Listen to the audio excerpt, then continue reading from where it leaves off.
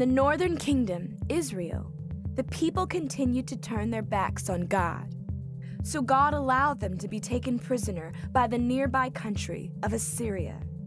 Meanwhile, in the southern kingdom, Judah, there was a new king named Hezekiah, who was only 25 years old. Hezekiah followed God's ways, removing the idols to false gods. God helped him be successful in all he did. The king of Assyria, who had recently taken over Israel, sent one of his commanders to threaten Hezekiah, telling him that God would not protect Judah from Assyria's attack. So Hezekiah went to a prophet named Isaiah for help. Isaiah was a man who God had spoken through many times. Isaiah assured Hezekiah that God would help them defeat the Assyrians. Late that night, the angel of the Lord went through the Assyrian camp and killed 185,000 people. The next morning, the remaining Assyrians retreated, terrified. Soon after, Isaiah reminded the Israelites that they were to follow God in all they did. But the people turned away from God again and again, and things continued to get worse for them as a nation. Despite their disobedience, God delivered a promise through Isaiah that a new king and a new kingdom was coming for the Israelites. Isaiah spoke of a man who would one day be rejected by those around him and suffer a terrible death. But somehow, through his death, this man would bring peace and a kingdom that would never end.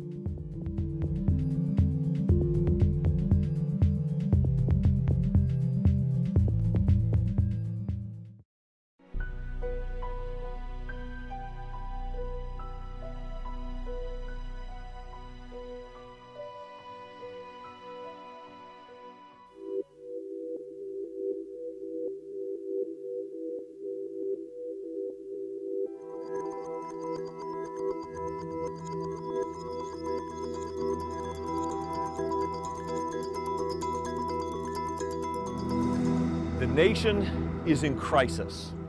I'm not talking about 2012. I'm talking about 722 BC in Israel.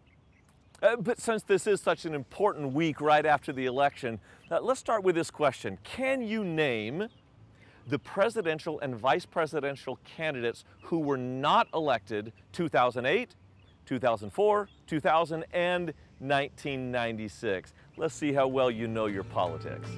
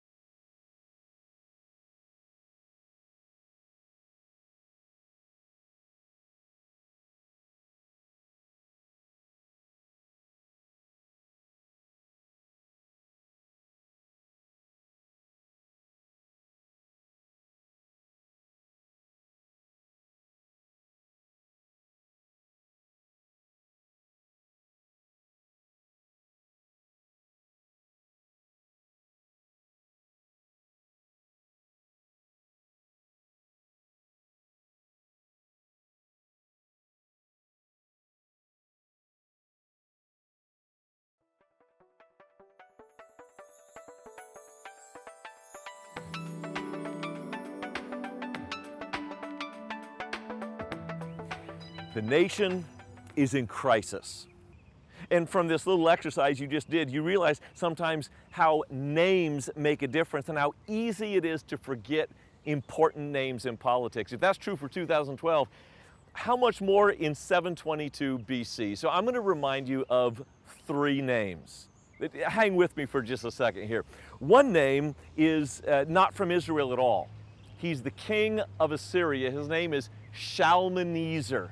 He comes from what we would call northern Iraq. He's a big deal and one mean monkey. This guy, when he captured other kings, he would put hooks in their nose, like body piercings, put a chain on it, hook it to his chariot, and drag them back to Assyria. He's the guy who's kind of invading right now, and he's the reason why the nation's in crisis. 2 other kings, one of the north, one of the south. As you recall, Israel went through a nasty civil war about 150 years earlier. King in the north, Hoshea. And he decided, I'm going to stop paying taxes to Shalmaneser. Bad decision. Shalmaneser comes out and just wipes out the 10 northern tribes. In the south, the only surviving remnant of David's throne is led by a guy named Ahaz, not one of the brighter kings of Israel's history, because he decided instead of worshiping Yahweh God alone, he would worship all kinds of other gods. It says in the Bible that he made sacrifice to other gods on every high hill and under every green tree. Well, if you've seen pictures of Israel, you know it's made up of high hills and green trees. This guy was bad for the spiritual health of the nation. So I want to ask a question. How do you feel that America is in a spiritual crisis?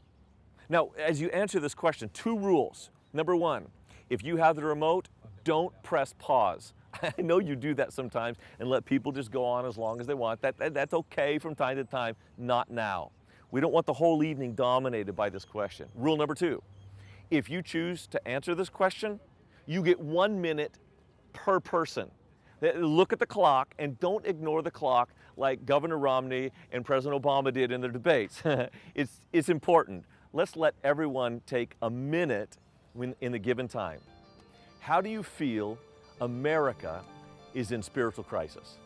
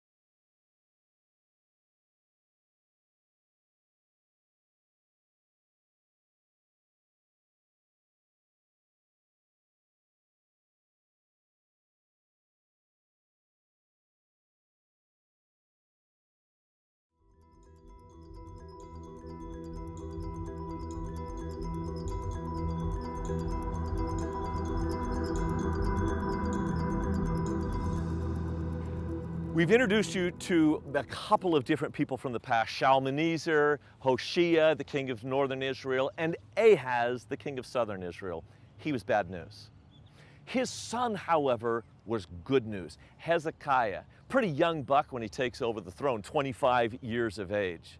And one of the things that Hezekiah did was to purge the nation of all the idols that his own father had set up. I want you to pause right now and read just 2 verses from the story. It'll be on the screen. Have someone read it out loud.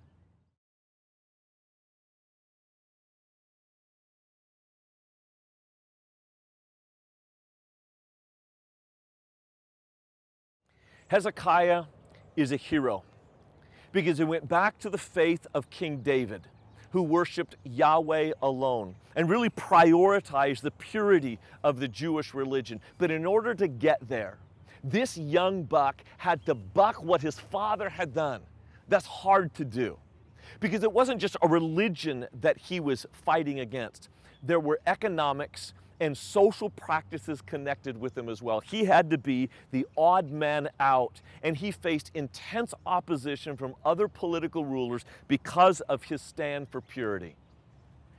But some of the things he stood against, they had to come down. Let me just give you one: the Asherah pole. Because these are mixed audiences, some with younger children, I'm not going to explain to you all that the Asherah poles entail. Let me just say that if you had an Asherah pole of ancient Israel and a pole, say, in Las Vegas, Nevada, some of the same practices would be going around that pole. And he decided that as leader of his nation, he's going to purify his people. Hezekiah didn't alter the Asherah poles. He didn't move them. He didn't redecorate them. He tore them down. Now, you might not be king of a nation or a governor or even a president of your local club at high school, but all of us have circles of influence. And when an Asherah pole stands in the middle of our circle, our solution is not to redecorate, it's not to move it, it is to tear it down. Let me give you an example. If you're a young man, your circle of influence might be as small as your bedroom. But in your bedroom, if you have a computer with an Asherah pole, the solution is not a filter, it's to get rid of the internet.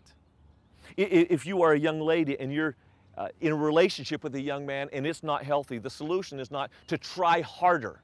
The solution is to cut down the relationship, cut it out. If you're a mother and you see that what's being watched in television in your living room is not healthy, it's an Asherah pole, remove the TV. I know it's going to put you on the edge of society and it's going to make you seem odd, but it's better to be odd than to have an Asherah pole in your midst. Hezekiah made a very clear decision. We don't compromise with Asherah poles, we cut them out. Maybe you're part of a sports team and some of the guys in your locker room speak in ways about girls that are completely irreverent. You have the right and responsibility, if it's within your circle of influence, to cut it out. If you're a man in business or a father at a dinner table, whatever your circle is, where there is ungodliness in the circle, we don't decorate it, we don't move it, we don't compromise with it, we cut it out. And so I want to take a moment to have you ask that very question. What is your circle of influence? And are there any Asherah poles that you would like to leverage your influence to cut out?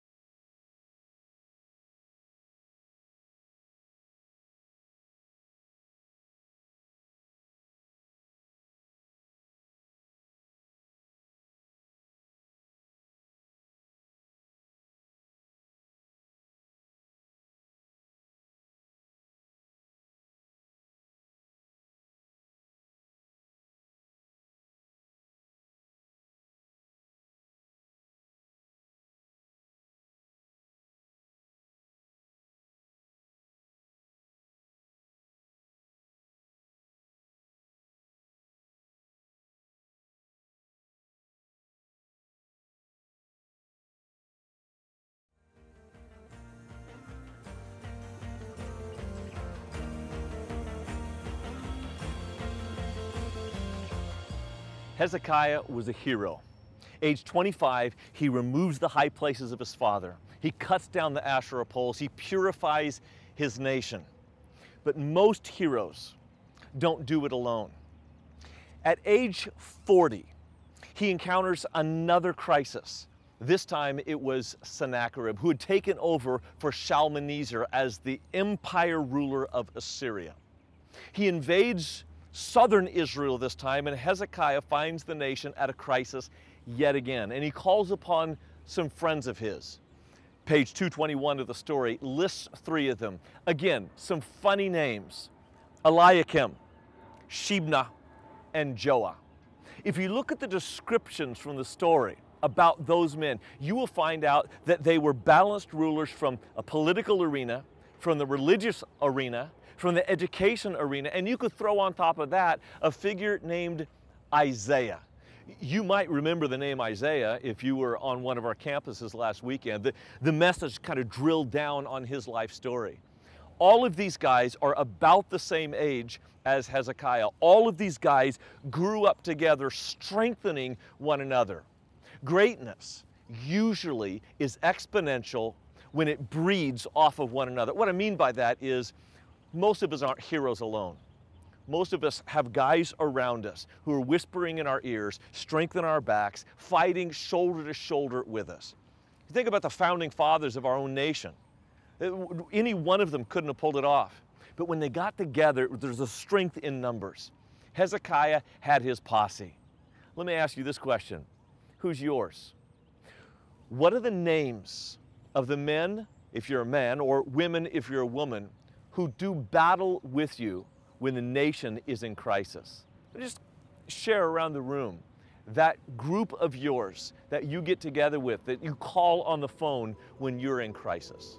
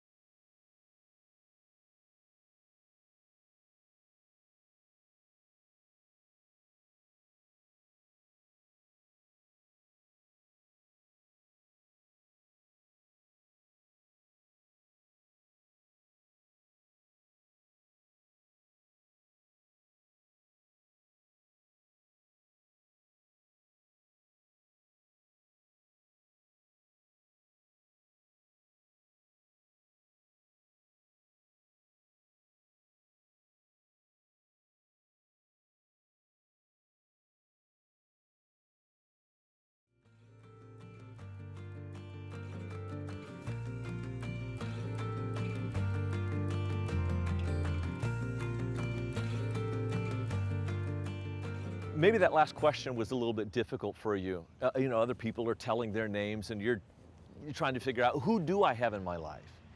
If you don't have a circle of friends around you, that the kind of people that you share your spiritual crisis with, who do spiritual battle with you, maybe it would be time for you just to ask God. God, put someone in my life, put him in front of me. Remember the first time that I ever asked God for that, what we call around here transformation groups, or T groups for short. It took about 3 years before God put the right person in my life to start that group. But as soon as I met them, I knew instantly, this is the person God has for me. So just ask. Put it before God in prayer. As a matter of fact, if we are going to deal with a nation in crisis, we need 3 things. Number 1, you got to have a guy like Hezekiah who's willing to purify his circle of influence. Second, you need some partnerships with other people to stand shoulder to shoulder with you when crisis comes your way. And third, prayer. Let me show you how this unfolded during the days of Hezekiah. About 14 years into his kingship, a new king of Assyria comes and invades. His name is Sennacherib, and he was an evil despot, and he had the nation surrounded. The city of Jerusalem, literally, armies are all around it. And his henchman, a guy by the name of Rabshakeh, comes up to the walls of Jerusalem and begins threatening the soldiers. If you don't surrender, we will destroy you in the worst possible way. In fact, his threat was mockery. At one point in the mockery, this is page 221 of the story, he says, look, I tell you what, we will give you 2,000 horses. Oh, wait a second. You don't have enough riders in your army to get on the horses that we would provide. Don't be stupid. There's no way you can win this war. We are going to win. You might as well surrender now. The intimidation struck terror in the troops of Israel. The friends of Hezekiah then took a letter that had been written by Sennacherib himself. It was an ultimatum. If you don't surrender, we will destroy you. You know what Hezekiah did with the letter? He took the letter in his hand, marched right into the temple of God, and he laid it on a table. And he said, God, you see this letter that Sennacherib's written? He's not threatening me, he's threatening you. God, what are you going to do about it? And the prayer of Hezekiah is really quite amazing. Unlike my prayers, when I'm in trouble, I kind of skid on my knees into a closet and say, oh, God, help me, I'm in trouble. Not Hezekiah. Before Hezekiah ever asked God for anything, he made sure he understood who this God was that he was praying to. Listen to his words. Lord, the God of Israel, enthroned between the cherubim, you alone are God over all the kingdom of the earth. You made heaven and earth. Give ear, Lord, and hear. Open your eyes, Lord, and see. You get the point? The prayer of Hezekiah didn't start with his own need. It started with the nature and character of God himself. Maybe you'd like to learn how to pray. If you do, you may hear God respond. I want you to read this passage. It actually is God's response out of the book of Isaiah to Hezekiah's prayer. Sometimes you ask God, God will talk back. Here's what he says. Who is it you've ridiculed and blasphemed? Against whom have you raised your voice and lifted your eyes in pride? Against the Holy One of Israel. By your messengers, you've ridiculed the Lord, but I know where you are. And when you come and go and how you rage against me, because you rage against me and because your insolence has reached my ears, I will put my hook in your nose and my bit in your mouth. I will make you return by the way you came. Sennacherib threw down an ultimatum to Hezekiah.